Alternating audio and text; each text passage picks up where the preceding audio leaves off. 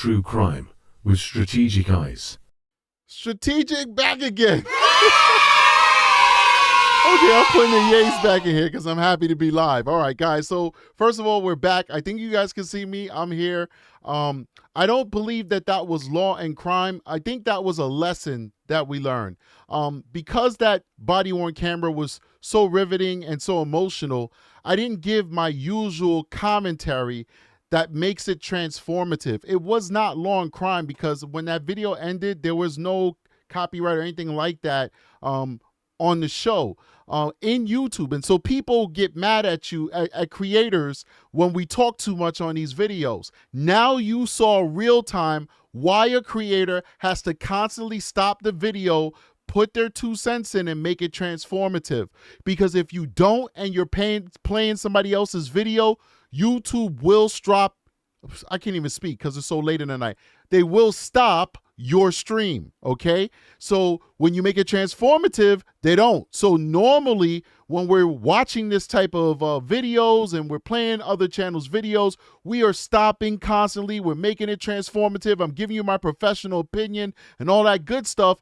I literally changed their original video. But because this was so heart-wrenching, it was a really sad video to watch, I was paying attention like you guys. I was shocked like you guys as to what we were watching, and I did not make it transformative enough. Now, I'm not going to go back to that video and take any chances because that was just a warning, and the next one might end up being a punishment. I'm pretty sure you guys don't really want me to enjoy this vacation by literally not being able to post videos, okay?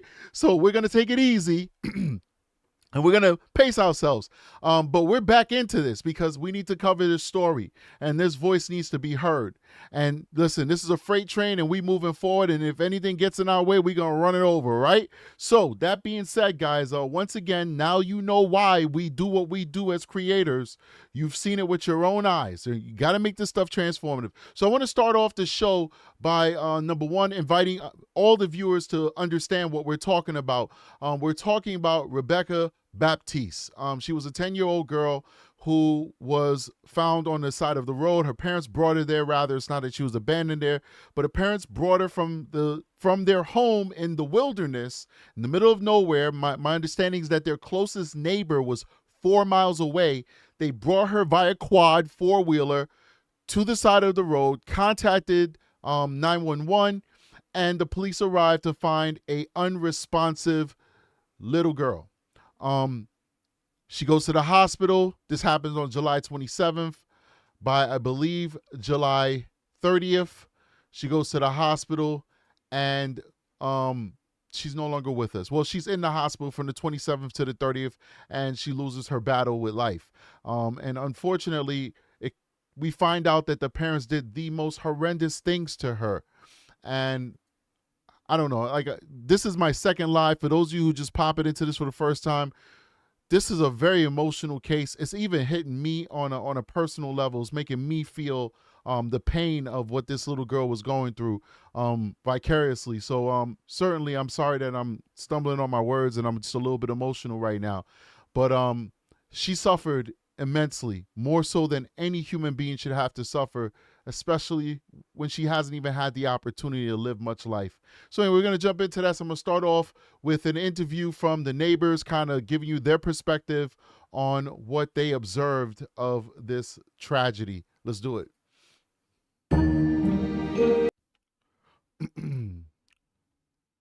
So here we go. 10-year-old Rebekah Baptiste was killed, died about a month ago.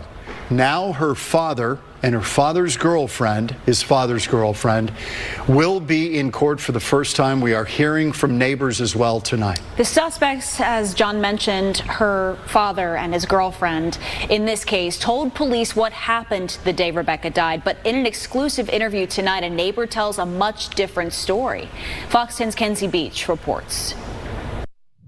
It was here in remote Apache County where a 10-year-old Rebekah Baptiste spent the weeks leading up to her death. Her father, Richard Baptiste, and his girlfriend, Anicia Woods, facing first-degree murder. Wait, is she behind like a green screen or something like that? That does not look real. Like, I don't think she's really outside.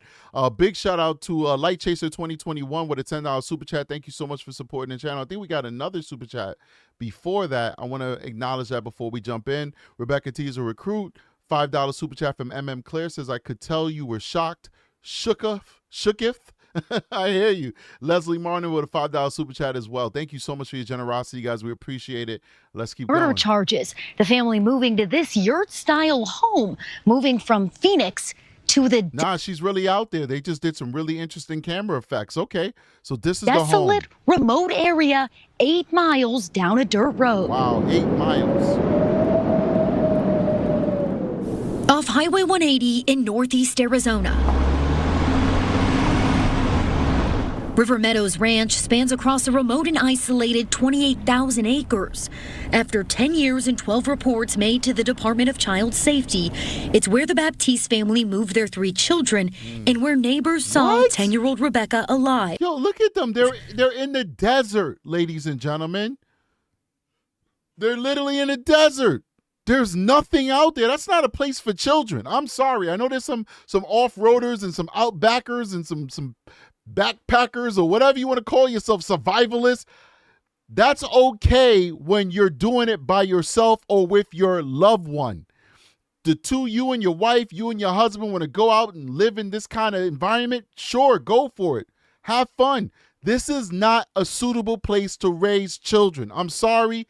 I don't agree. I don't care if it's working out for you and you're watching this video, cursing the TV.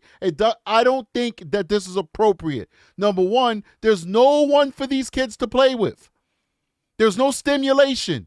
Number two, it's too far away from civilization. So if something happens to one of these kids, you look at the delay that's going to happen before they can get help. Look how hard it was, allegedly, for this family to get Rebekah help when she needed help. This is insane. For the last time. You don't do this. There's too many wild animals out here, that will kill you. They will hurt you. Maybe she's saying it. Amongst the barren desert is a tight-knit community. We sat down with Mary Stanley, who headed a search party for Rebekah the first 2 times she ran away. Because I knew this was the second time. I says, if you feel you need to get away, don't run away out here. I says, anyway. Damn. It's hitting her. So, but that's when I offered to come pick her up. Wow. So I guess Rebekah was running away. So Rebekah was a chronic runaway, and for obvious reasons, right? But this should have been a red flag for the government, not for these strangers. It should have been a red flag for them too, but these are strangers that this family just moved in this community. But the government had dozens and dozens and dozens of complaints against this family over the last 10 years, and it was not enough to protect these children from these monsters called parents. It's a red flag when a 10-year-old is running away, but unfortunately, nobody's listening. Let's keep going. But that was the last time Mary ever saw Rebekah. Quiet, scared, tiny. Mary's son Andrew found Rebekah that day on his quad and brought her home, but something seemed off. That little girl just needed, he said, I had no water with me. He says, she climbed right up on the quad with me like she knew me. And he says, of course, I took her home. And they rushed her in the house at the time. He says, it just didn't seem right. They didn't give her no water or nothing. 3 weeks later, Rebekah died after being flown to Phoenix Children's Hospital. Her injuries so gruesome with bruises from head to toe. Doctors describing what the little girl endured as torture. Right. In body camera video, Richard Baptiste and Anicia Woods tell officers a neighbor on a quad found Rebekah unresponsive that day. Right, so this is... Well, let's see if this is true. But for those that live in River Meadows Ranch, that was not the truth. That's not the truth. It was 3 weeks prior that the neighbor found her on the quad. Now we're getting the truth. Instead, Rebekah hadn't been seen by neighbors for weeks. She died that day, ladies and gentlemen, guarantee you. Well, what am I talking about? She didn't die that day. They found her on the side of the road. What am I talking about? I'm sorry, it's late. It's real late. It's midnight for me. But let's keep going. I didn't hear that until the district attorney called my son. Nobody picked her up on a quad the third time. Nobody. You know what? That's why my subconscious made me say she died that day. She did die that day, in that was her last cry for help.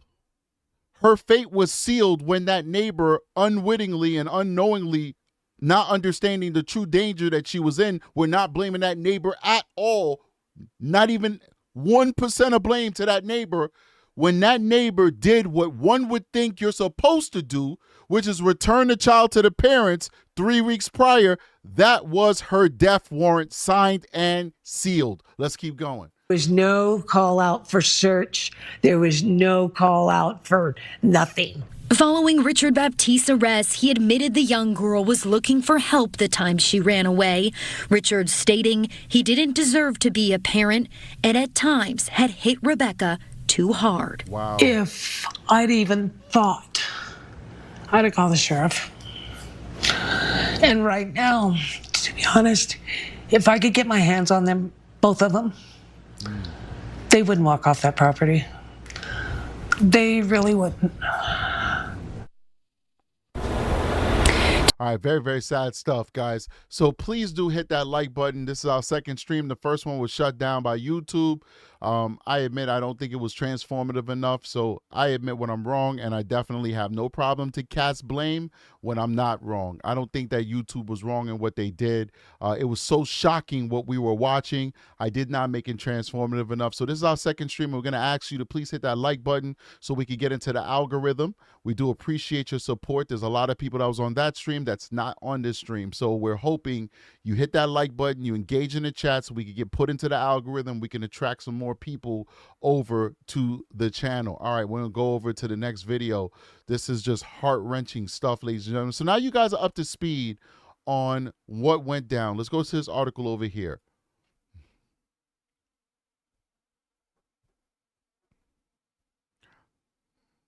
Car wrecks don't keep regular business. Let's go ahead and mute that real quick. Once that ad is done, we can jump right into this unbelievable story. And once again, trigger warning is in effect, ladies and gentlemen. A judge in Apache County deciding that there is enough probable cause to move forward with all 5 charges Richard Baptiste and his girlfriend Anicia Woods are facing after the death of 10-year-old Rebekah Baptiste. I'm hurt, I'm mad, just having to relive that in there. What her last moments were like was just, I just can't imagine. Family inside Apache County Court emotional as they heard the allegations against Richard Baptiste and Anicia Woods. State of Arizona versus Richard Baptiste. A new amended complaint accuses the couple of murdering Baptiste's 10-year-old daughter Rebekah, along with child abuse and 2 new molestation charges. Dr. Hubbard noted that his findings were consistent with child abuse, child sexual abuse, and torture. The case agent with Apache County Sheriff's Office on the stand describing the yurt where the family had moved in early July. So at the time that we served the search warrant, when we entered the yurt, it was covered in clothes, trash all over the floor, along with animal feces. Also detailing their investigation and the alleged abuse Rebekah endured. Some details too graphic to share on TV. Right. Prosecutors asking him to detail past allegations of abuse, even one made by Rebekah. She ran to the QT convenience store. Did she provide any information? Yes, she had told the manager that she was being abused by her stepmother, and so he called the police. Prosecutors also asking about the children's former Phoenix school and their repeated reports to the Department of Child Safety. What did you find out about that? Some of the reports that I read were, some of them they didn't even take a report on, nor did they ever even go to the house to check on these children. Defense attorneys focusing on the lack of an official cause of death and some statements made by neighbors. Any evidence of where they were committed, where she was injured? Where? No. But the judge deciding Thursday there was enough probable cause for all 5 charges. Only Baptiste's attorney agreeing to speak after. What do you want to say on behalf of your client for those that are watching for those that are going to hear what was said in that hearing? It's just, you know, I mean, that's the thing. Our country was based on an individual being presumed innocent, and it's hard when you have that much information. I would just encourage everyone to hold true to that presumption of innocence. The Department of Child Safety says they are thoroughly... When you hear a defense attorney make a statement like that, basically going back to the Constitution, that means he has no case. He knows, he's like, the people I'm representing is a monster. There's not much I could do for them. The bare minimum the most I can do at this moment is to revert back to the Constitution and say, well, you know what? He basically said, listen, there's overwhelming evidence, but they're innocent until proven guilty. That is the response of their defense attorney. That's pretty much telling you where this case is going to go. Let's keep going. Reviewing Rebekah's case. Sitting inside court, it was very tough to listen to everything that was discussed. But now this case is moving forward, and the couple will be back in court for their arraignment on Monday. All right, so people have to find new jobs. If you are in Child Protective Services out there in Arizona and you touch this case and you cannot show through your investigative process that you did a thorough job in saying that nothing was substantiated, because pretty much most of these allegations were unsubstantiated by Child Protective Services, you need to find a new job. We need to have real consequences to these people who don't take their job seriously. If you're going to do that job, you better do it right. And if you're not going to do it right, you need to go do something else, because there's nothing in the Constitution, not to say the Constitution again, but I think it's a good example. There's nothing in the Constitution that says that you have to get that job, that job belongs to you. That job is a privilege. It is a privilege to serve the people in whatever capacity, whether you're a cop, a firefighter, Child Protective Services, a teacher, a DMV worker, a welfare office worker, wherever you're working. You work in the county clerk's office, you're a janitor inside of a school or a municipal building, whatever it is a privilege, because when you work for the government, you get great benefits. You get better benefits than some people that make more money than you. How many Wall Street people make hundreds of thousands of dollars a year, but they have crappy health insurance? But you get one municipal worker and they have the insurance of a millionaire, but they're only getting paid pennies on a dollar. You get good benefits. You get a stable and a secure retirement if you don't work in a right-to-work state and you work in a state that got unions. No disrespect. I'm just calling it like it is. It is a privilege to work for the government. So you better do your job. And if you failed this little girl, Rebekah, you need to go find somewhere else to work. Let's keep going. Let's keep going. Wow. Determination regarding the state's case. I will deny the motion to continue today's hearing. All right, so what we're going to do is, this is the hearing. We're going to skip around. Once again, we need to make this transformative, okay? So we're going back to Law and Crime, because Law and Crime did not do anything to my stream. It was YouTube that did it, because I was not transformative enough with the material, and I acknowledge that mishap and I take responsibility for it. But this is so probative, but it's also a huge trigger warning. You have been warned. This hearing is brutal. All right, so we're going to go, first of all, big shout out to the research crew. Guys, please give them some coffee. Get some coffee. Click that link up there. Where's the link at? It's on this side. I'm terrible with this way. All right, up there in the corner, click the link. $1, $2, $5. Show some love to the research crew. All right, so now we're going to start off at the 4:06 marker. Reflect. So when did you learn, based on the investigation, that they arrived in Apache County? According to the initial interview with Sergeant Rona, it was July 6th. Maybe. And so Aki said, where's the wig? I'm going to be honest with you, not in a wig mood. Not for this case. Don't get me wrong. There'll be other cases that I will put the wig on. Might even be heavier cases. But right now, my spirit is telling me we just playing this one straight up. No jokes. And this occurred on July 27th. So they were here for approximately 3 weeks. Correct. And in your time and where did they move to? Out in River Meadows Ranch, out in Hunt, Arizona. Can you briefly describe how rural that is?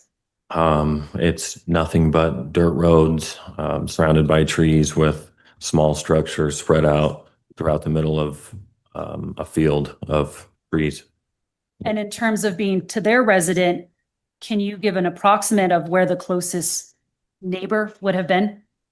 Approximately four-ish miles.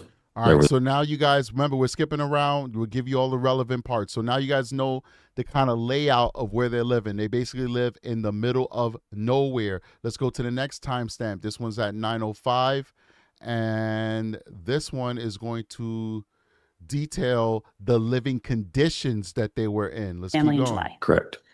And so at that time, based on your understanding, investigation, and being there, is there any water? No, there's not. How about electricity? No, there's not. And there is a community well. Do you know approximately how far that is from there? I do not. Did you see it when you drove to the residence? I did not. This is crazy. A community well. And so let's start with the yurt, the residence. Can you describe briefly for the court the conditions the yurt was at the time that you saw it? Yes. So at the time that we served the search warrant, when we entered the yurt, it was do me a covered. favor. There's some people who are much more worldly than me. Please give me a straight up definition of what a yurt is. I assume it's like one of those structures, like a teepee. I'm not trying to be insensitive by calling it a teepee, but I'd like to just get a straight up definition of what a yurt is, because they're using that quite often, and I don't know exactly what it is. I'm just surmising what it might be. Covered in clothes and trash all over the floor, along with animal feces. And in terms of the size, can you give an approximate size? Maybe 20 by 20. And were there other buildings around? Yes, there was. Were those being used based on what you could tell? Except for the bathroom, no. And so as you looked around, do you recall the bedding situation? Yes, I do. What was the bedding situation like? There was a queen mattress on the south side. There was an air mattress on the north side, and then a swinging porch pad on the floor next to the queen size bed. And based on the investigation, the statements or anything, including the statements from the children, did you understand the bedding arrangement? Yes, I did. All right, so basically it's a circular or octagonal kind of tent, and somebody asked me if TP is offensive. I don't know, man. You don't know how many people get offended with 95% of the things that I say. You can't say this, you can't say that. That's outdated. That's triggering. Da. I don't know. It sounds like it might be offensive. Maybe they got a better name for it now. I don't know. Anyway, let's go over to 1150 now, where it's going to talk about the bathroom situation. Done. How about a bathroom? I did see a bathroom. No bathroom. Was the bathroom inside the yurt or in another building? It was in another building. And based on your understanding, was the bathroom usable at that time? No. And so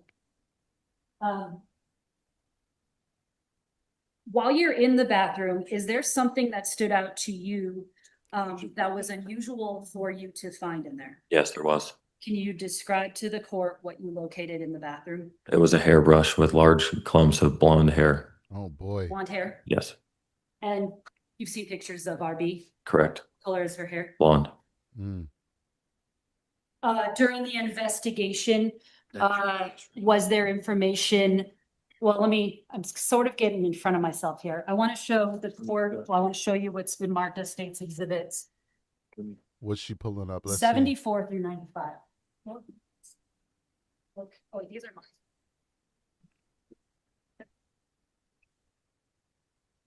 All right, so we're going to skip ahead to the description of the injuries in the hospital. And so On that And guys, do me a favor, please hit that like button. We have over 300 people watching the stream right now. We're very grateful to have this attention to the show and the supporters, but we want to get into that algorithm. Hit that like button, support the channel. first day when you become a part of the investigation, can you describe for the court what happened to RB after being on the side of the road? Where did she go? She went to LCMC, the hospital in Winslow, What is LCMC? Little Colorado Medical Center, And how, do you know how she got there? via ambulance. And so when once she got to LCMC, did you receive sort of some first impressions from Sergeant Arona? Yes, I did. And did you document those in your initial report on from July 27th? Yes, I did. Can you tell the court the information that you received that day about RB? Sergeant Rona had contacted me and told me that she had bruises from head to toe. There was injuries to her vaginal and her anus area. She had damaged missing toenails and burn marks on her back that appeared to be consistent with cigarette burns. Mm. Okay. And after you received those first impressions, did you also were you aware that he spoke to one of the doctors at LCMC? Yes, I was. And so prior to today, did you review his supplemental report that sort of described the different injuries from her body head to toe? Yes, I have. So I'm going to ask you a little bit about that, and then and let me see. If I start with, you've mentioned a little bit of the dehydration. What was the information that was provided by Little Colorado to Apache County specific to her dehydration? That she was so severely dehydrated that she would not be able to walk on her own power. Wow. And then in terms of her head, what was the initial information provided? She was missing large chunks of hair from her head. So the doctor had mentioned a possible significant brain injury. Wow. And then, so in terms of throughout the investigation, did that come to fruition? There's in the medical records? Yes. Yeah, I think this is going to sound kind of messed up. I don't care. I think we're too civilized. I really think that in our society, we've come to a point where we are literally too civilized. Listen, don't get me wrong. I believe in our Constitution. I believe in due process. I want to afford these people that you see in your bottom right corner, I want to afford them every single right, legal right that they have afforded to them by our Constitution. But when those legal avenues have been exhausted and they have been weighed and found wanting and guilty, why can't we put a noose around their necks and just hang them in the back of the courthouse? We are too civilized. We're going to put them in a climate-controlled environment with a commissary that has chicken nuggets, frozen White Castle hamburgers, creatine for them to work out, vitamins, men's vitamins to build up their muscles, cashew, peanuts, Kool-Aid mix, canned soda, CNC soda. The inmates love that. Cigarettes, cigars, TVs in their cells so they can watch the newest game that comes out. The Braves versus the Cardinals. That's their fate. After what they did to Rebekah, that is their fate. Ladies and gentlemen, I dare say we are too civilized. We need to at times embrace a certain degree of barbarity for people like them. After they get their due process, that is. Let's keep going. How about, and you just talked about the don't forget the root beer barrel candies too. Yeah, they got that too. Of her head. How about her face? What was described from her face? Her lips were very dry and chapped. She had a bruise on her left eye.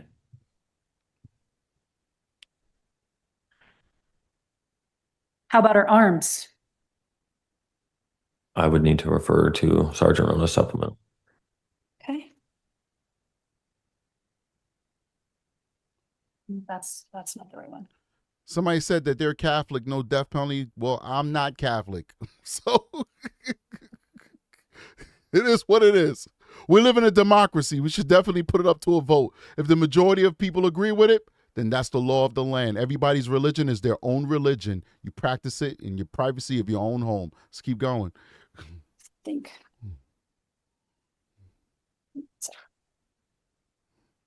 Oh, it is actually. They're together.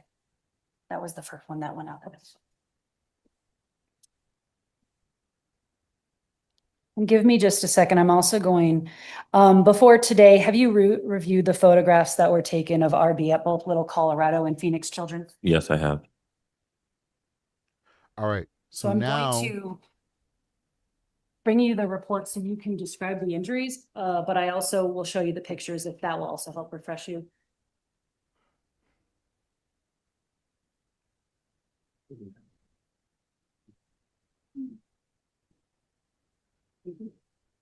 So here's the report so you can specifically answer this question. This has been marked up.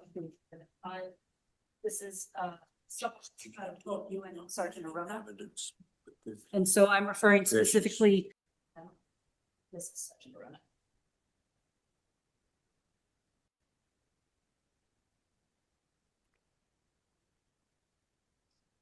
Yes, Do you recall the specific details? I do not. Okay, so then if you could go ahead and look at the report, this is 40 through 49 and stuff.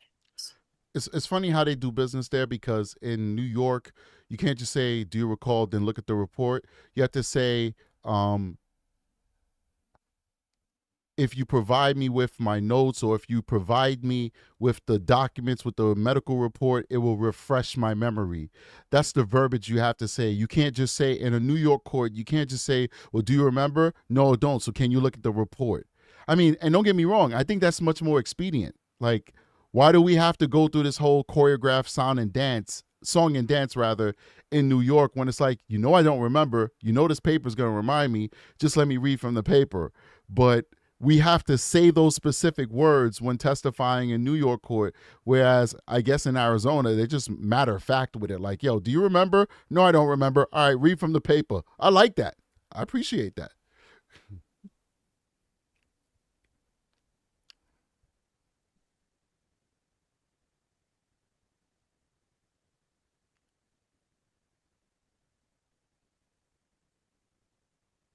All right, so we're going to fast forward a little bit. I'm wondering, and I've just shown these to defense counsel, if I can show you what's been marked as 40 through 49.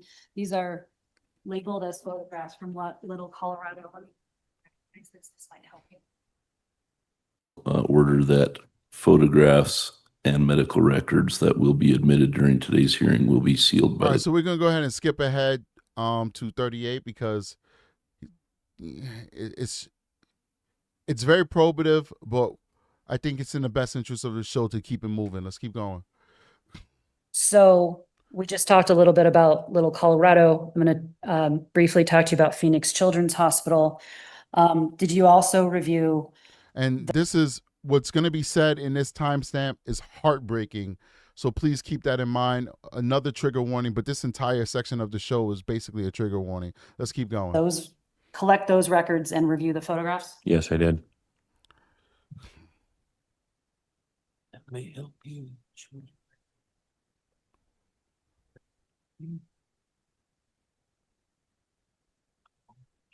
Said she was pregnant.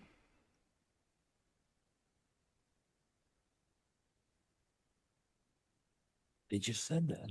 Did you hear them? She was pregnant. They said she was pregnant. He admitted. Through States Exhibit 51-5, did those absolutely depict some of the photos that you saw received from the Children's Hospital of RB's condition that day? Yes, they are. Because I reviewed the photos. So statements to So they're admitting it into evidence right now. He's verifying it. He's basically No objection. States Exhibits 51 through 55 are admitted. And the judge has allowed the evidence in. Based on your understanding, this is from those first few hours in these couple days. Yes. So in terms of States Exhibit 51, can you describe the part of the This is the stomach and pelvic area going down to the vaginal area. There's large abrasions that appear to wrap around on the left side and dark colored bruising on her vaginal area. Judge, again, I'm going to object to the descriptions of the photographs. They're the best evidence and they've already been admitted. All right, your objection is noted. I will overrule that. States Exhibit 52, what part of the body?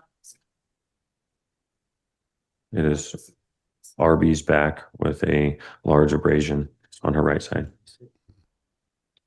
States Exhibit 53. This is the left side of RB's stomach. There is large abrasion marks above her belly button, some that are very dark and starting to scab over. This is the right side of RB's stomach, where the same thing, there's large abrasion marks with injuries that are starting to scab over. So people are asking if this is a bond hearing. This looks more like a probable cause hearing to me, where they're actually admitting evidence and they're proving to the judge that the case should move forward.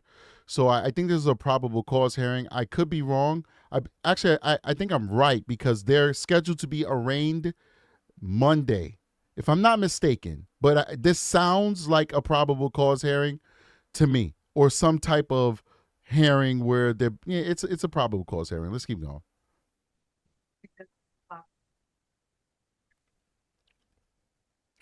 This is RB's pelvic. A Obsidian, moderator for the show, says that it's a preliminary hearing and the judge will decide if there's probable cause to go to arraignment. So basically, preliminary hearings and probable cause hearings are pretty much the same thing.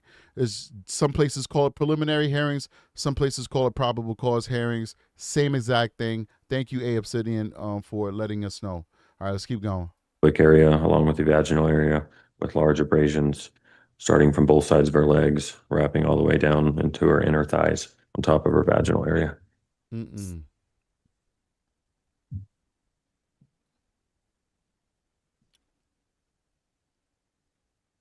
So in your review of the records, but also your conversation with Sergeant Arona, was there initial diagnoses that came from any of the doctors that you were told? Yes. And so in terms of Dr. Hubbard, did you have any information provided specifically from what he noted? Yes. And what did he note? Dr. Hubbard noted that his findings were consistent with child abuse, child sexual abuse, and torture. Damn. And then in terms of Dr. Molitor, who also oversaw her care, can you describe what he said specifically to Sergeant Arona? I would need to review his report for his exact details. Where we at? All right, so we're going to fast forward real quick to the officer attending the autopsy. Really great job by the research crew, by the way. Amazing job. Me that. So you mentioned that RB passed away on July 30th. Did you attend the autopsy? I think you mentioned you had. Yes, I did. And so in terms of attending the autopsy, were you aware of do we have a report yet? No, we do not. And were we given, was there any sort of deadline of where we may or may not get it until? I believe anywhere from 3 to 6 months. But were you provided initial findings by the doctor? Yes, I was. And who was the doctor? Dr. Graziano. And so based on the initial findings from Dr. Graziano from the autopsy you attended, can you describe what the findings were? Yes, Dr. Graziano stated her preliminary findings were consistent with the doctors at Phoenix Children's Hospital for child abuse, child sexual abuse, and torture. I'm surprised that the defense attorney didn't object to that, because even though the doctor told him, you would want to hear those findings from the doctor. It still is third party. So it's interesting that the defense attorney knows that this is an uphill battle. So I guess it is what it is. Let's keep going. Additional findings she was able to determine based on her review of RB's body in the autopsy. Yes, there was. What was that? Dr. Graziano had stated there was obvious signs of tearing in both the vaginal area and the anus. Unbelievable. Ms. Collins, I know you have a difficult job. As much as you can, speak in front of microphones. Thank you. Yes, Judge. I knew it. Okay, so let's step back. And in terms of your investigation with RB, was there information about her trying to run away? Yes. This is interesting. And did that occur more than one time? Yes, I did. And in terms of just maybe the last year or so, through the investigation, were you able to determine that there was law enforcement involved when she was in Phoenix and she ran away? Yes, it was. And when was that? That was, I believe, October of 2024. Prior to today, have you reviewed those reports? Yes, I have. Were those from Phoenix Police Department? Yes, they were. And so can you give a brief understanding of what occurred in October of 2024? Yes, RB had jumped out of a two. This foundation laid that this witness will be available to testify. All right. I believe that she's covered the law enforcement officer's availability kind of as a blanket. I'll overrule that objection. Go ahead. So RB had jumped out of a 2-story window in an apartment complex. She had ran to at least one homeless person that she saw asking for help and then ran to the QT. And when she ran, can you describe what the QT is for those who may not know? The Quick Trip convenience store. And so when she ran to the QT convenience store, did she provide any information? Yes, she had told the manager that she was being abused by her stepmother, and so he called the police. So she said that she was being abused by her stepmother, so law enforcement was called. Yes. And so at that time, based on your review of the reports, did she give any information as to what she meant by abuse? I would have to refer to the report for exact details. All right, so that's one instance where this young lady was failed. Let's go to 50. This will be another instance of failure. And these are statements to law enforcement? Yes, Your Honor. All right. I'll overrule the objection. Okay. She was transported to Phoenix Children's Hospital because of the visible bruising, and she had told the officers that she had to do planks and run laps, as well as being hit on top of her hands and feet with a brush. Was she asked anything at all about? So we're talking corporal punishment, run planks, doing planks, running, all that stuff, getting beat with the same brush. I imagine that they found the clumps of hair in. Unbelievable. Her siblings. Yes. And what information did she provide about her siblings? She stated that they all were punished, but she got it more frequently and the worst. 62 and 72. Unbelievable. During the investigation, did you mentioned going to Empower Prep, did you collect records? Yes, I did. And do those records include RB, KB1, and KB2? Yes, they do. Did you also put together a supplemental report based on that information that you received? Yes, I did. And so,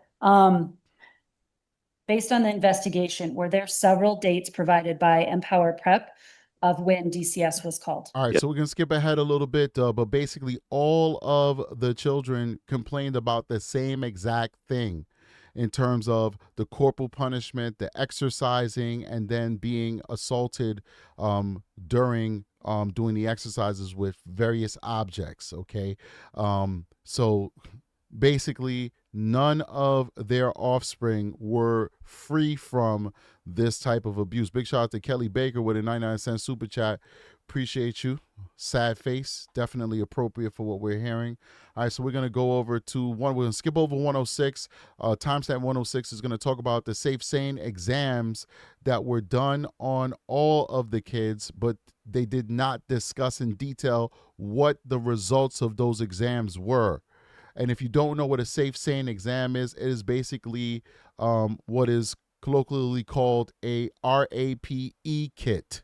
okay? So it was done on all of the kids, including the boys, all right? We don't know if they were victims as well, but we do know that they were victims of physical abuse, all right? So we're going to skip ahead to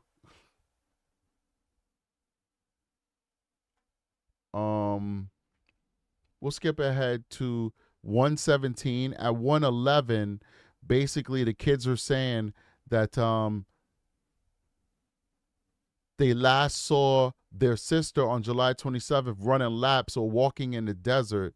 And then one of the other kids says, didn't know if he should tell the interviewer his parents' names, said his dad hits him with a belt when he's in trouble, but he told the interviewer he's not supposed to talk about it. Says Anicia Woods hits him with a belt a lot more than his dad does. And he also says that he's not allowed to talk about what happens to Rebekah, but he indicates he knows RB gets hit because he can hear her crying when Anicia would hit her. His parents say he's not allowed to talk about RB. He's not allowed to talk about his own sister. We're going to go ahead and skip ahead, though, to 117 and listen to what the parents had to say. Let's do it. Did not. Was Baptiste working on getting a job? Yes, he was. And they, at some point, do they both admit hitting RB? Yes, they do. And let's talk Baptiste first. So let's walk with him. So does he, what does he admit hitting RB with? With a belt. And when he talks about hitting her with a belt, does he describe how often that happens? I don't recall exactly how often. More than one occasion? Yes. What about hitting KB1 and KB2? Yes. And back to defendant Woods, does she admit hitting RB with a belt? Yes. How about KB1 and KB2? Yes, she does. And just to clarify, the ranch and the location of where they're in residence, is that within here in Pima County or Pima County, Apache County? Yes, it is. Oh, actually, so one last little bit. So we talked about the neighbors in that whole ranch area, thousands of acres. Yes. And so through this investigation between you and other deputies, were you able to canvass the neighborhood about her missing on the 27th? Yes. And so understanding an aspect that I did not go into yet. We talked about her running away in Phoenix. We talked about her, the QT and the apartment. Did she run away here? Yes, she did. And when is the first time she ran away here? All right, so now we're gonna skip ahead. It's gonna get really bad, guys, and I just was alerted by the research crew that they do get into some details of the Safe Sane exam, but it's gonna get even worse. So the next timestamp is definitely a trigger warning, and but we have to know the truth, ladies and gentlemen. It's through knowing the truth that we'll actually be able to affect change. This was an epic failure of the safeguards and the systems that are put in place to protect people like Rebekah. Rebekah was not protected, and only through hearing these truths will we affect the change that's necessary to prevent the next Rebekah. It's too late to save Rebekah. Sorry to say it. She's gone. The only thing we could do is honor her life, and bring her justice. But it's not too late to save that Rebekah who's experiencing this trauma right now. We can stop it, and the only way we can stop it is through awareness. So I give you your trigger warning, but we're a freight train, and we're not stopping until we find justice for this little girl and we give a voice to the voiceless. You've been warned. Let's keep going. Yes.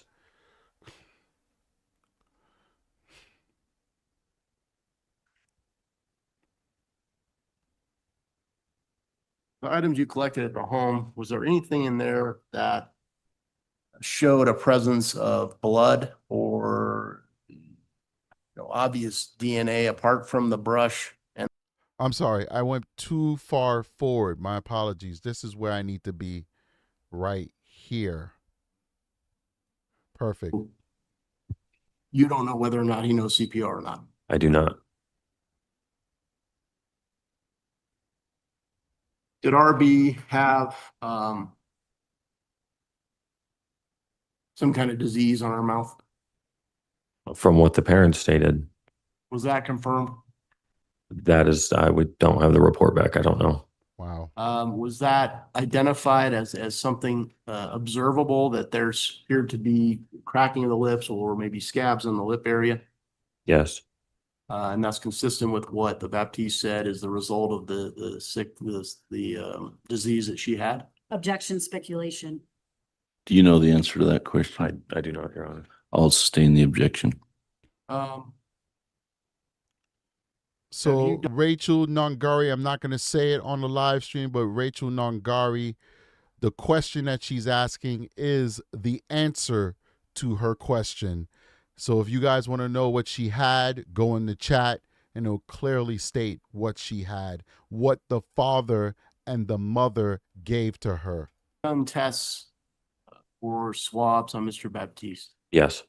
Has anything indicated him coming back with any kind of herpes type symptoms? I do not have the results back yet. And you check the areas that would be where those would be found, I presume. Yes. They share with you how they believed RB got that disease, or I don't know what it is, some kind of something. I believe they had mentioned it came somewhere in Phoenix.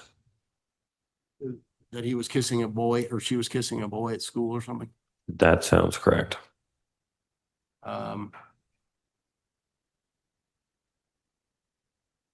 Was there any indication that anyone else, either of the other children, had that disease? No. Boy. Garbage human beings, man. Garbage human beings. She was used to that yet. And although there's not CPR, forgive me, but that's where your chest compressions. Yes. And was there a statement that that Ms. Woods was doing air breathing or trying to do air breathing, but without chest compressions? They stated she was doing rescue breaths. Listen, you're not supposed to put your mouth on somebody without I forgot what they call it. It's a rescue breath mask or something like that for that specific reason. And to insinuate, I don't know if this defense attorney is trying to insinuate that, but to insinuate that a police officer should put their mouth directly onto anyone when you clearly see signs of that type of situation is unreasonable. I wouldn't do it. I wouldn't advise anybody else to do it because there are lifelong consequences with it. So it is what it is. All right. I'm sorry. The officer didn't put that young child in that position. Rescue breaths? Yes. And you're not supposed to really. All police officers are supposed to carry a rescue breath mask.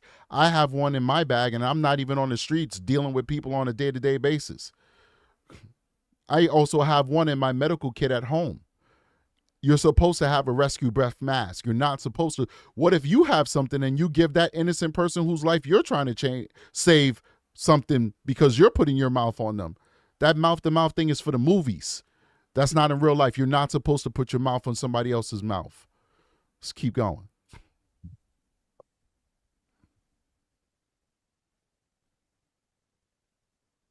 Can you tell me the difference between and I just want to point this out. We've all been retrained as well, but some people are still doing it the old way, I think, that you're just doing chest compressions anyway. You don't do the mouth to mouth anymore. I think the only time you do like mouth to mouth is like if somebody's drowning or something like that. I'm not sure. I'm not a lifeguard, so I could be wrong about that. But you're just supposed to do chest compressions and keep the heart pumping until the paramedics come, just like Foxy Amazon said. Let's keep going. Child abuse and torture. And for those folks who know, go check that chat for me. Wink, wink. Go check the chat. I got a question in the chat I need answered. I can't tell you the difference. I don't know how to answer that.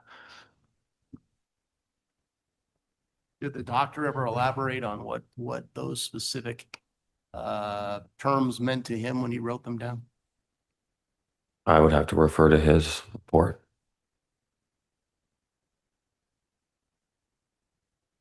And it's my understanding that ultimately a pulse was obtained in the ambulance of RB. Yes.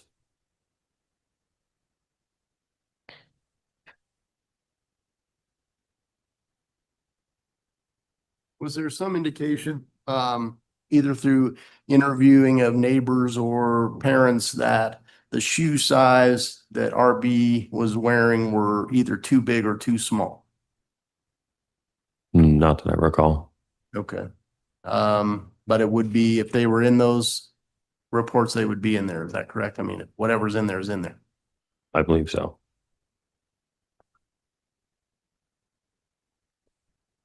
And I think I heard you, and I want to make sure her toe was not ripped off. Her toenail was off. Her toenail, correct. All right. And when you say ripped off, you can't be sure of that either, can you? It was off, right? Yes. Okay. And they can come off in a number of different ways. Would you agree? Yes. And that could just happen naturally if you stub your toe and it goes black and falls off, right? Yes. All right, so they're going to talk about, we're going to skip ahead, but they're going to talk about her underwear being found with blood in it and how it was shipped off for testing and was found inside of the shorts. This is craziness, man. This is madness. We're going to skip ahead, though, to 2 hours and 18 minutes. And this one is also a trigger warning. This is where they talk about results from what we call in New York State a sock kit. I'll write out inside of the chat what sock kit means because of, once again, the YouTube gods.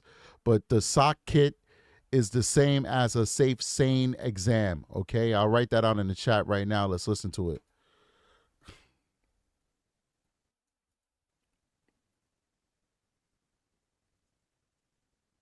So you were asked about what caused her death. I would like you to look at this, and this is from Dr. Holder, is it? Yes.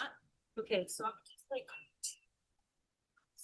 understand the cause of serious physical injury and death. Can you just list down what Dr. Molitor put as his diagnosis? Yes. So cerebral edema, diffuse traumatic brain injury with loss of consciousness of unspecified duration. I don't know how to pronounce this one. Transminitis.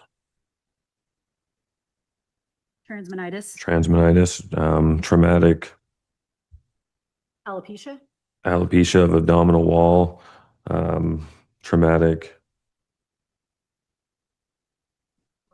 Judge, I'm going to object. I mean, what is the purpose of this? The prosecutor is basically reading the document. I mean, it's already been admitted, I assume, and so the court can review it. Based on both cross-examinations, the cause of death has been questioned. I'm laying out the foundation that there are causes of death. I'll overrule the objection. Continue. So continue after multiple abrasions. So acute kidney injury, acute lactic acidosis, traumatic subdural hemorrhage with loss of consciousness of 30 minutes or less, wedge compression fracture of unspecified thoracic vertebrae, pulmonary contusion, respiratory failure, hypercapnia, potassium, unspecified kidney failure, high serum sodium, and child physical abuse, suspected initial encounter. All right. It looks like this officer is going through it. I don't want to presume his emotional state, but he does look like this is affecting him a lot. And, you know, God bless him, because this is not easy stuff to be a part of. I will just let you guys understand that in a preliminary hearing / probable cause hearing, the judge is the only one who is making a determination on whether the case should move forward. And therefore, the judge has the ability to, within the confines of the law and the rules of the court and case law, be a little bit more lenient and generous in what they hear, as opposed to if this was a trial. So the judge is going to probably overrule a lot more objections by the defense than they would overrule if a jury was present in the room and it was an actual trial. So this is much more lenient towards the admission of evidence in these type of hearings. Okay, let's keep going. Based on the investigation. No, there's many.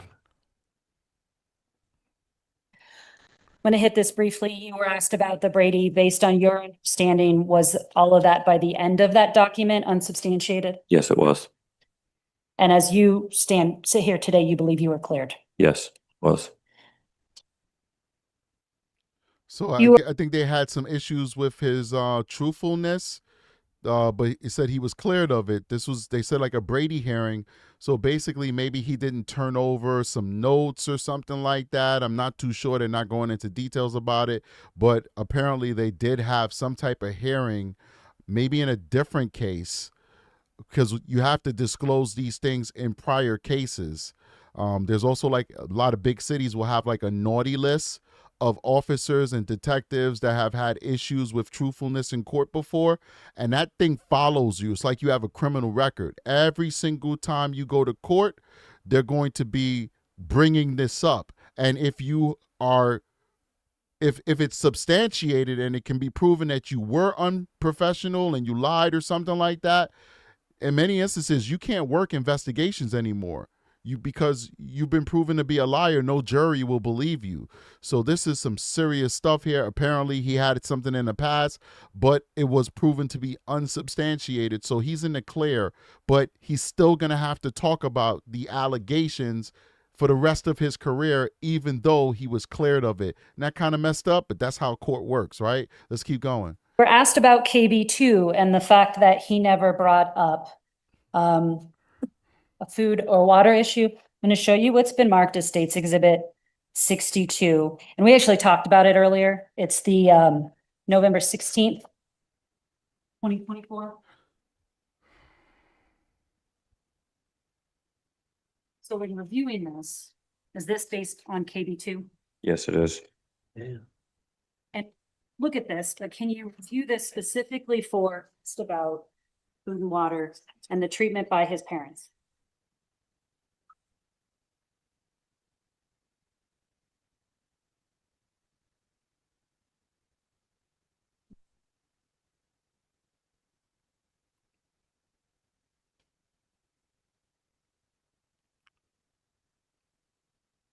Actually, page 7. All right, so he's looking for the page. Yes. Okay, I'm going to take to State's Exhibit 58. No, there's questions that Dr. puts out where injuries are noted. Can you tell us where injuries were noted with a yes? Oh, and is this for KB2? Yes. Okay. Where were injuries noted on? The pelvis, upper extremities, lower extremities, the back and buttocks, and the external genital area. The mons pubis, the penis. And if you go to page 7,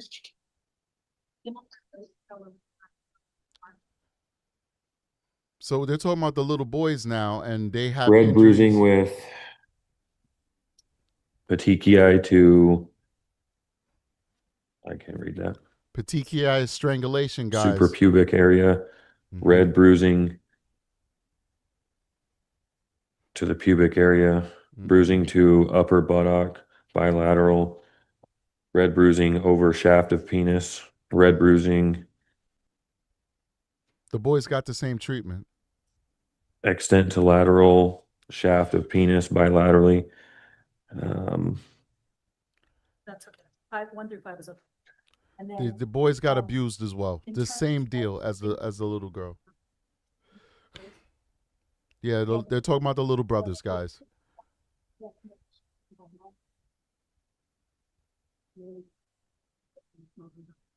Yes.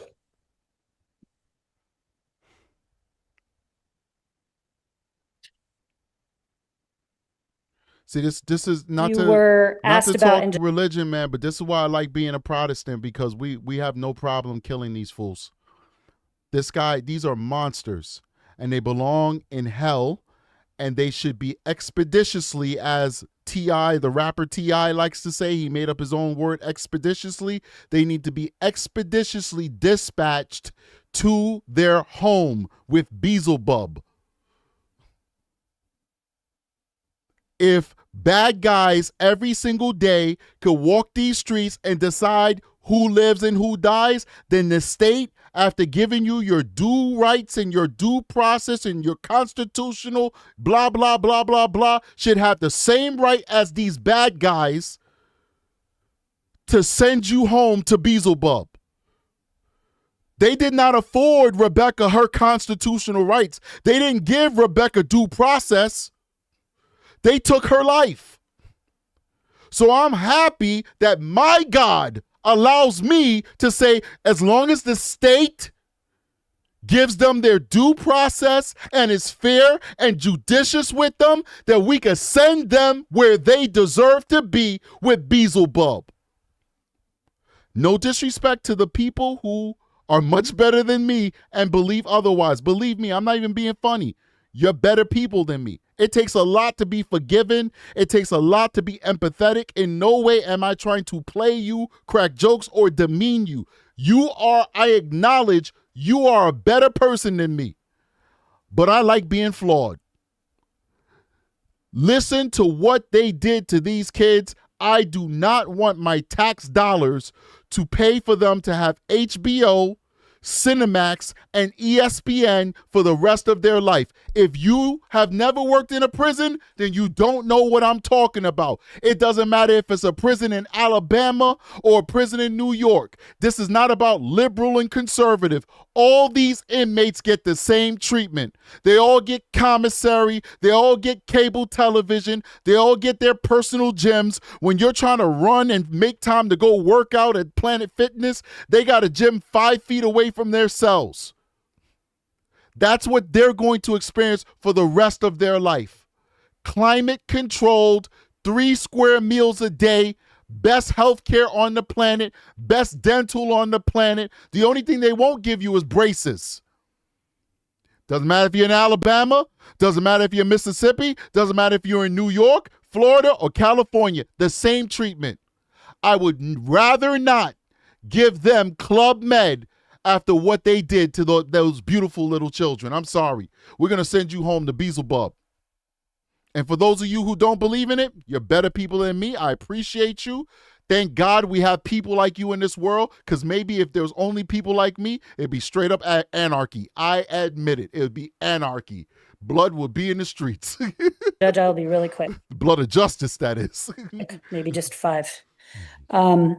You were asked about the overall conditions of the house and what could have led to the abuse of the boys. Do you recall those questions? Yes. Can you also describe the time of year this occurred? In the summertime? So July 5th to July 27th? Yes. What kind of temperatures up here? High 80s. Do you work up here? Yes, I do. Are you aware of the temperature on the given day? Yes, I am. So in your position, based on the overall living conditions, would they have also continued to affect the 2 boys? Yes. Speculation. I'll overrule the objection and allow the answer.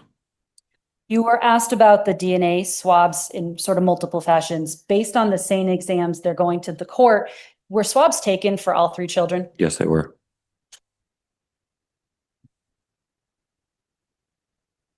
You were asked about how, if your consideration or your experience with a bed for Rebekah, but was it your testimony earlier?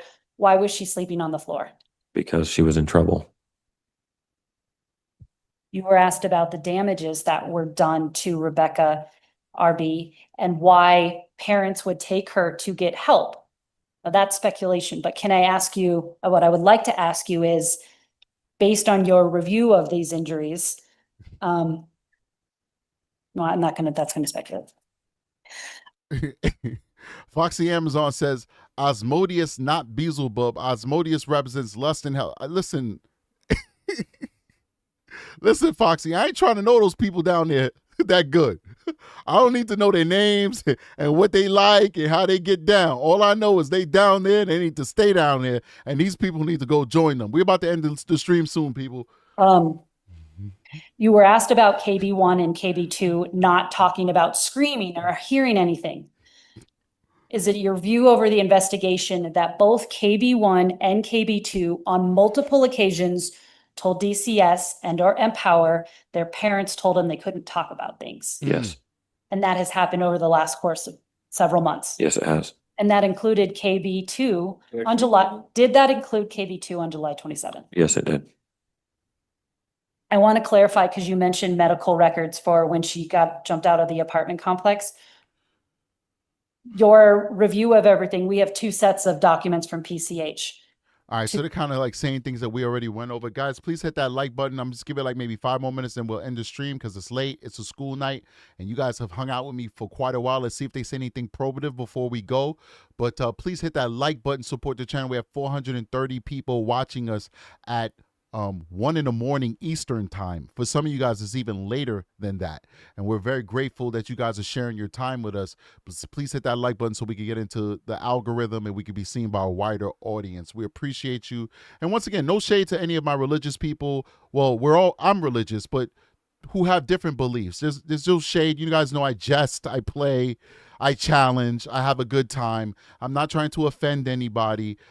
Certainly your beliefs are your own, my beliefs are my own, but we all have something in common. We're trying to give a voice to the voiceless, and we're angry with what these folks are doing. What the punishment may be, we'll have differences in opinion of that, but we're all collectively as a community angry and appalled at what happened to these victims, and we share that anger and that and that shock and that pain of what happened to the victim. So it's nothing but love. I just want to throw that out there. You know, I'm not in here trying to diminish anybody's beliefs. I love everybody. I love you guys, especially for supporting me on this journey. I just hate to see people like this seem to make out greater than their victims. I just really sometimes feel like we need to have an eye for an eye, but that doesn't mean that I'm right.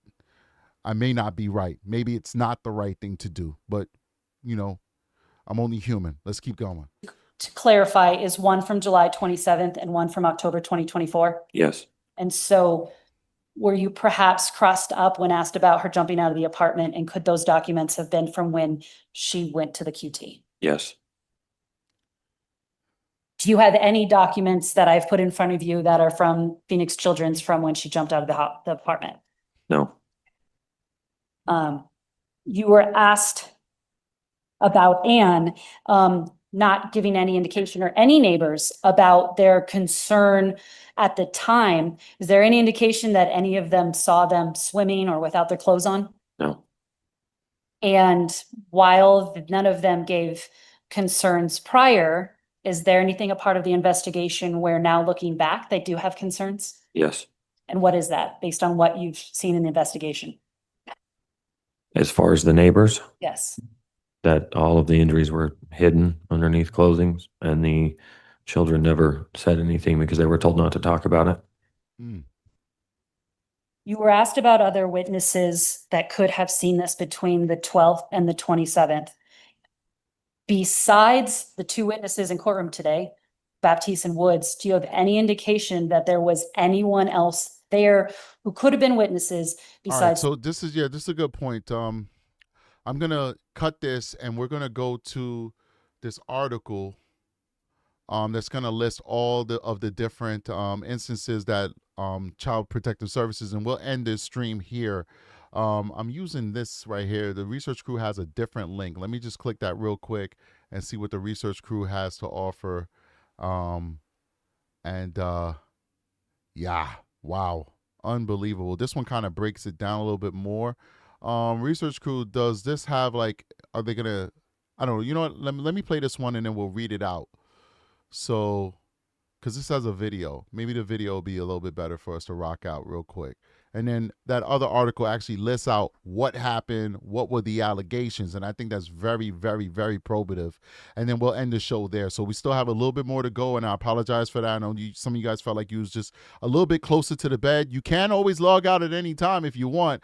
But if you are down for this journey, then stick it out with me, because guess what? I got to get up at 7 in the morning to get the kids to school. So we all suffering. This vacation, but I feel like I'm working. It's all good. Let's do it. Have a bike you want to donate? Right, let's pause this real quick while the ad goes through. But this is important, though, because this really shows the failure. This shows the failure of Child Protective Services. Are preparing for a series of meetings as a probe involving the state's child protection system takes a new step forward.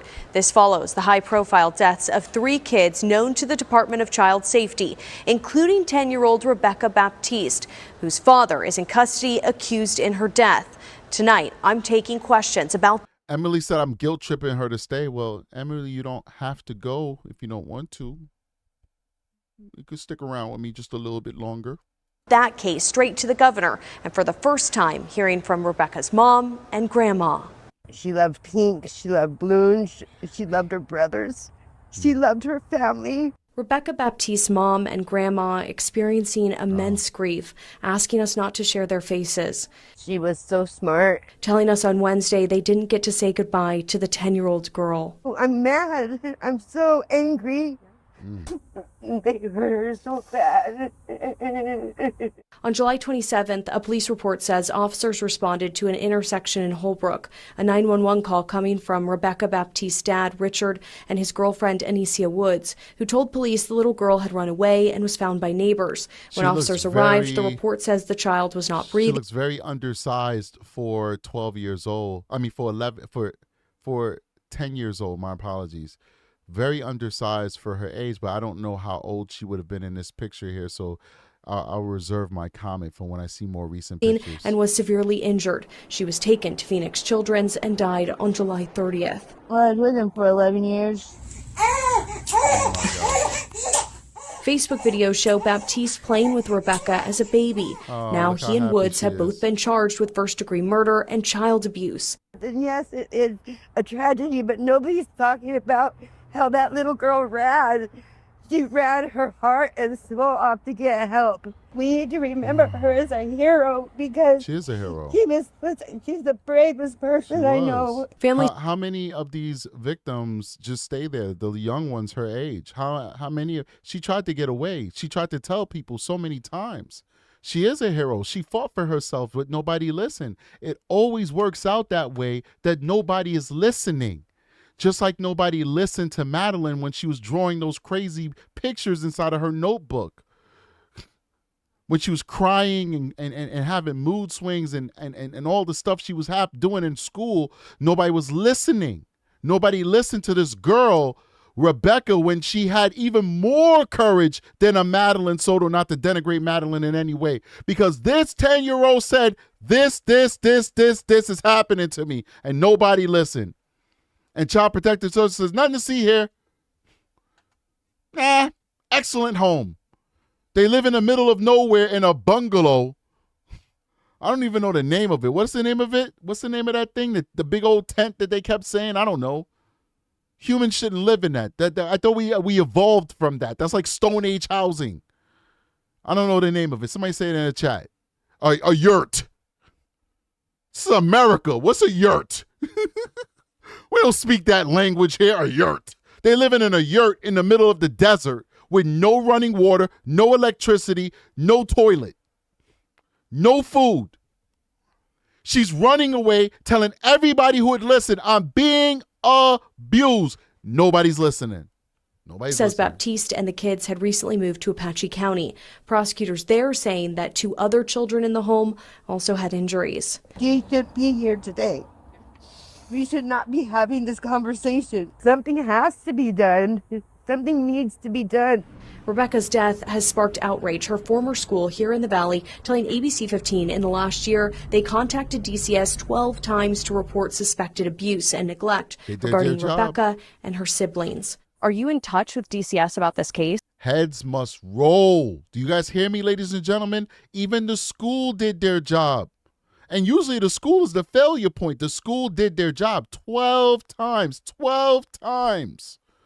12 times they called DCFS, whatever they call themselves, CPS, and they did nothing.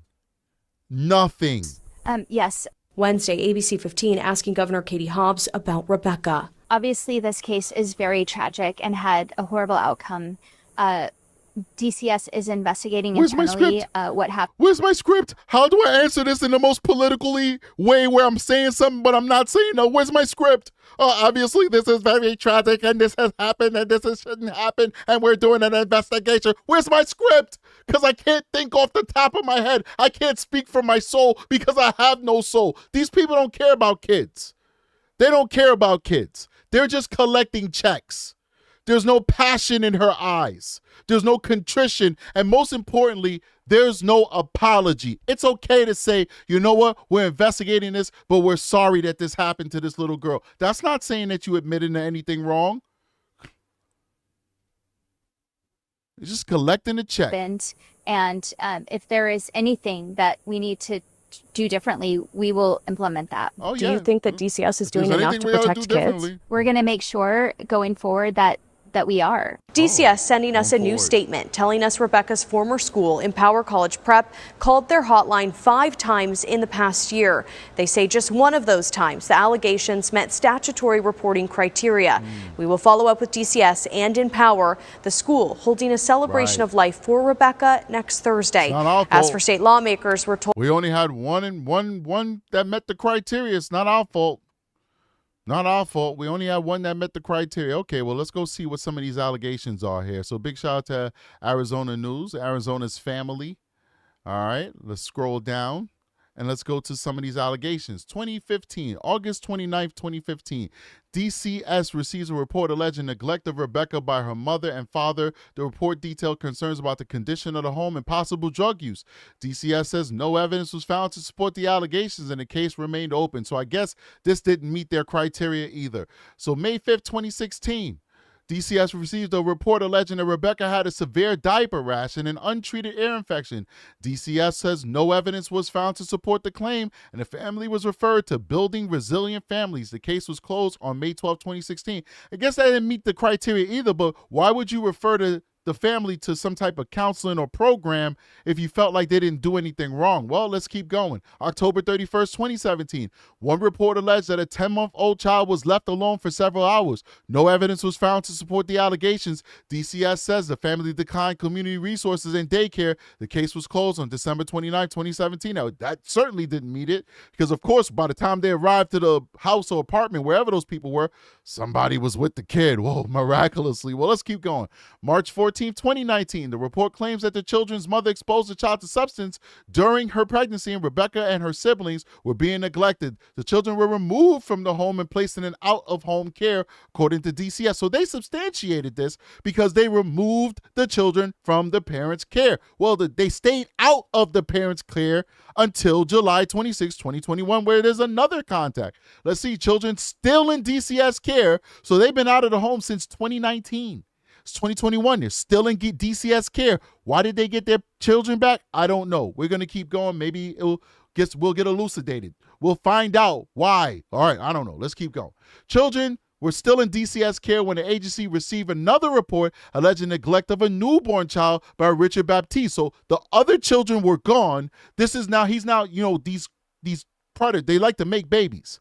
I think that's part of their psychosis. They like to procreate just so that they can find more victims. They can't just go grab a random young person off the street because they'll get caught very easily. So what they do is they make their victims, right? So they always procreate. You know, the Jake Harrows, he likes to beat children. He doesn't molest them, but he beats them. So he keeps making more babies for him to beat, right? This guy is making more children for him to abuse in the way that he likes to abuse children. So let's keep going. So those children were removed. They're still outside of the home, but Richard Baptiste makes another child, right? And so there's an allegation of abuse or neglect of a newborn child by Richard Baptiste and the children's mother. The report also claimed that the mother had exposed the child to substance during her pregnancy, similar to the 2019 incident. The infant was removed from the home and placed in a foster home. DCS says the mother's paternal rights were terminated and Richard Baptiste surrendered his rights to the child. So that baby lived, because that's no longer their baby.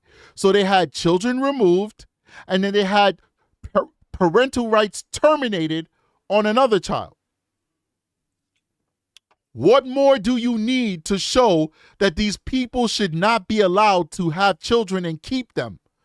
I'm not talking eugenics. We're not making a law determining who can procreate. What I'm saying is you've already lost some children to the system who are in foster care, and then you lost your parental rights, period, legally to an infant.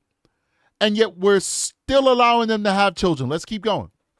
November 2nd, 2023, DCF received a report that a child had a scratch on their neck caused by Woods. The agency did not find evidence to support the claims, and the family declined community services. The case was closed in December 28th of 2023. Didn't meet the criteria. Let's keep going. January 30th, 2024, report alleged neglect of Rebekah and another child by their father, Richard. DCS staff attempted to visit the home and interviewed the children. No evidence was found, and the case remained open until the final report was received on February 13th, 2024. So here's another one. February 13th, 2024, DCS report details that the child had a scratch on their neck. So you have all these other cases substantiated of abuse on children, but you don't believe the newer allegations of abuse on children. All right, well, let's see what happens for February. Maybe they got it together, because they got one scratch on the neck in January, and they said it was the Woods that did it, right? So now let's see what happened in February when they get another scratch on the neck. So February 13, 2024, DCS report details the child had a scratch on their neck. Same thing like before, right?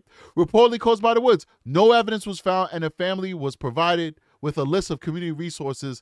The case was closed on March 22nd, 2024.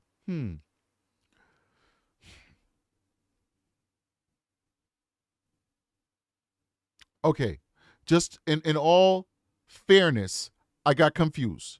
January 30th, the allegation was of neglect of Rebekah and another child by their father.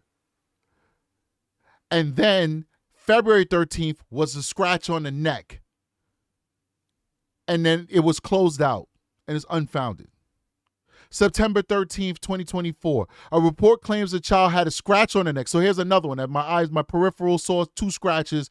Now the second scratch. So the January 13th, 2024 was neglect. February 13th, 2024 was a scratch on the neck. September 13th, 2024 was another scratch on the neck and a bump on their head allegedly caused by Woods again. So 2 times in 1 year they're saying it's the Woods that's doing it. No evidence was found and the case remained open when the next report was received. Do you guys smell negligence? Because or are these some magical woods where the Woods just be beating you up? You know, like those woods in like, what is it, The Hobbit or something? And the woods could talk and they was walking around and smacking people up. Is this what happened here? Some Harry Potter type situation?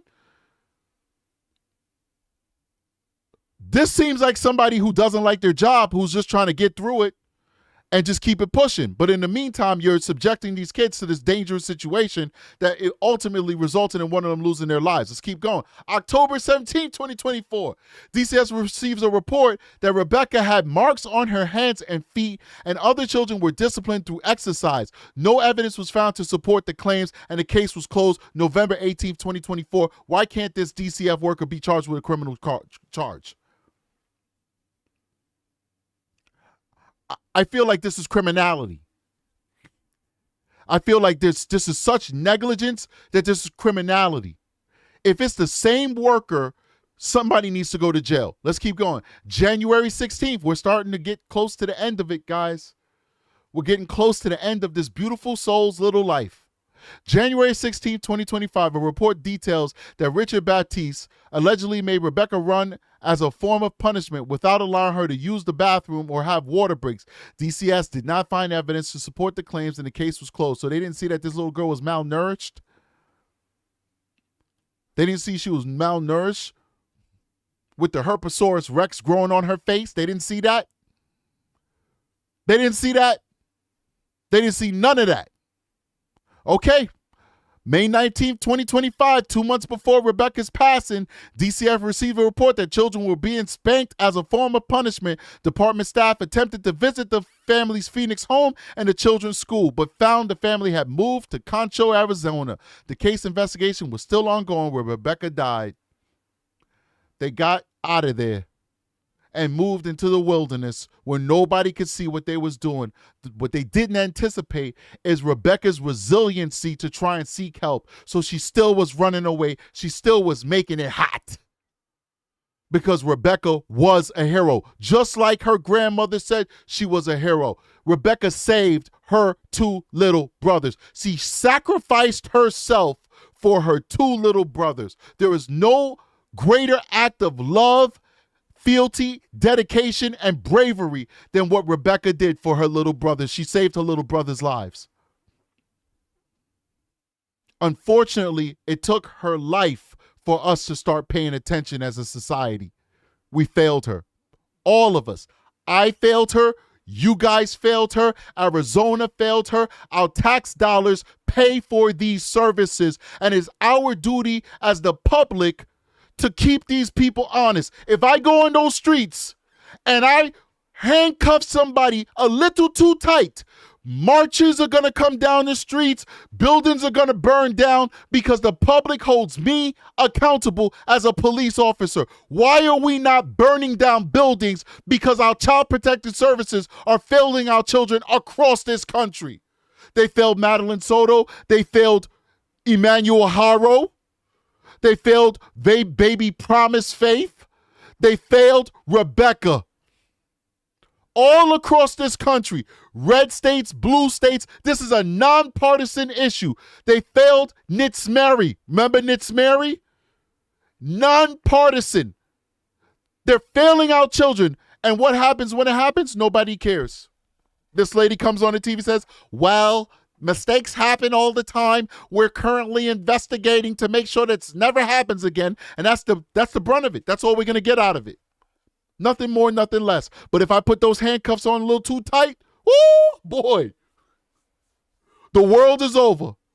But these people who are supposed to be protecting our children are just checking boxes and shuffling paper from left to right, and allowing our children to be abused, neglected, and killed, and there's no accountability for them. No accountability whatsoever. We need a change, people, and this time it's not with policing. We need a change with child protective services. Number one, they need a raise, because I will acknowledge that child protective services agents get paid nothing, and when you pay them nothing, you're going to get riffraff who just need a job. We need to make sure that everybody in that department has a college degree, and they need to make the same amount of money as police officers. Yeah. They need to make my money. That's number one. And number two, just like if I engage in negligence and misconduct, I can be charged with a criminal charge. They need to be held to the same standards. If they do not do their due diligence, because remember, guys, let's be honest here. You're not going to catch every single case, just like I can't solve every single case. There's some cases that I can't solve, but I know it happened. I feel in my heart it happened, but I can't solve it. I cannot prove beyond a reasonable doubt. I can't get probable cause to make an arrest. Well, it's not my job to prove beyond a reasonable doubt. That's a jury. But I can't get to the point where I got probable cause to make that arrest. But you'll see that I did my due diligence. If a child protective services agent does their due diligence, does everything they could do, and a tragedy still happens, it's not their fault. They did what they could do. But they need to be held to the same standard as police officers. If they're negligent in their duties and these tragedies happen, they should be criminally charged. We need to raise the standard, raise the pay. But when we're giving you that pay, we're giving you that status in our society. You have to be held accountable for your actions and for your professionalism. Ladies and gentlemen, we need to start putting these people in jail when they fail our children. put them in jail. If I go out there and I shoot somebody unlawfully, the state has every right to come after me, and I have every right to defend myself. If they go out there and they don't put an effort into protecting these children, they need to face criminal charges, and they will have the opportunity to defend themselves as well. Now, May 19th, 2025, 2 months before Rebekah's death, DCF received a report that the children were being spanked as a form of punishment. Department staff attempted to visit the female's family home and the children's school, but found the family had moved to Concho, Arizona. The case investigation was still ongoing where Rebekah died, and that's it. That's it. The school did their job. The police did their job. The only people that didn't do their job was Child Protective Services of Arizona. And all of us are to blame. We're all to blame. Guys, you guys are amazing. Thank you so much for joining me today. Please hit that like button on your way out the building. We have 454 people watching the stream right now, 389 likes. Please don't make me your dirty little secret. Right now, YouTube is only showing the show to people who already subscribe to the channel. Only through your likes and your subscribes will they put me in the algorithm and show me to a wider audience. Show me to people who've never heard of True Crime Strategic. Share me with the world, ladies and gentlemen. Don't make me your dirty little secret. Hit that like button. Subscribe to the channel if you haven't subscribed already. And leave something in the comment section to let that YouTube algorithm know that you guys are locked in, that you're enjoying the content, and you believe that this is something that the rest of the YouTube universe should have access to. That being said, guys, we do have a membership. I want to thank all the members who joined me today. We have Patreon as well, and there are a lot of Patreon members who are watching the stream right now, but unfortunately, I have no way of knowing who you are. I want to give a big shout out to all my Patreon members. I appreciate you guys immensely. Thank you for supporting the channel. I want to go to the fan funding section and give a shout out to people who've supported this channel. All right, so we have 99-cent super sticker from Kelly Baker with a sad face. Heather is a recruit. Thank you and welcome to the channel. You've been with us for a while, Heather. Welcome to the membership again. Looks like you re-up. You've been a member before as well. We thank you and we welcome you back into our membership arms. Military Ma, who's a member with a $5 super chat, says, "Rule, brother, preach that 100%." Thank you so much for your support, Military Ma. And $5 super chat from I'm Mom, Not Bro. I like that. I hate when people call me bro. That sets me off. I'm Mr. Strategic. I'm not bro. I'm Mom, Not Bro with a $5 super chat says, "If we have stories we'd like you to cover, do we just email a brief description or do you want us to also send research, links, etc.? It'd be nice if you send us an article or a link. It makes it easier. It makes it faster. I'm a very busy person, just like you guys are very busy.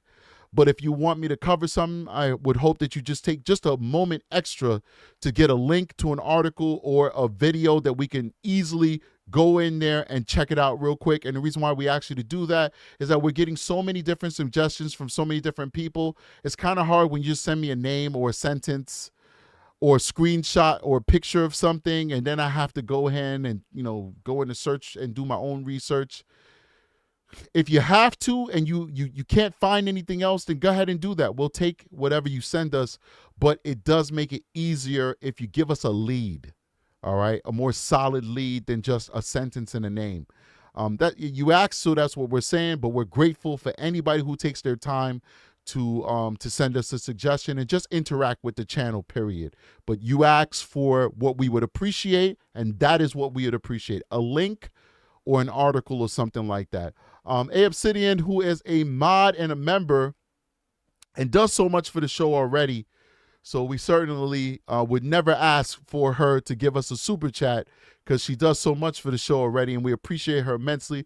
But she sent us a $7 Canadian super sticker with a very pudgy pair dancing their booty off. So we appreciate you, ABUS3D, and all the work that you do, and all the other mods who are supporting the channel, and the research crew that's doing such an amazing job helping us put on this show. And like I said before, you could see the quality has gotten so much better on this show because our team is really coalescing and really rounding out. And so we're putting out much more quality content for you guys. And I'm so happy with the growth of this channel and the quality of this channel because of the hard work of our team. So you guys are amazing. And also big shout out to Aki for the hard work that she does. She gets on my nerves a lot, but that's what little sisters do. They're supposed to get on your nerves. She does an amazing job managing the team and getting everything together. And we do appreciate Aki. So guys, let's give a big shout out to Aki. Yes. Big shout out to Aki. And a big shout out to the research crew. Come on.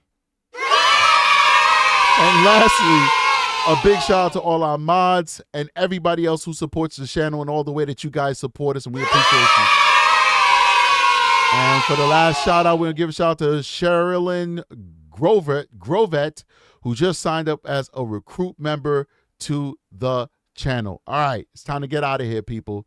That being said, I see you guys on the next one. Let's cue up that outro. Strategic is out of here. Peace.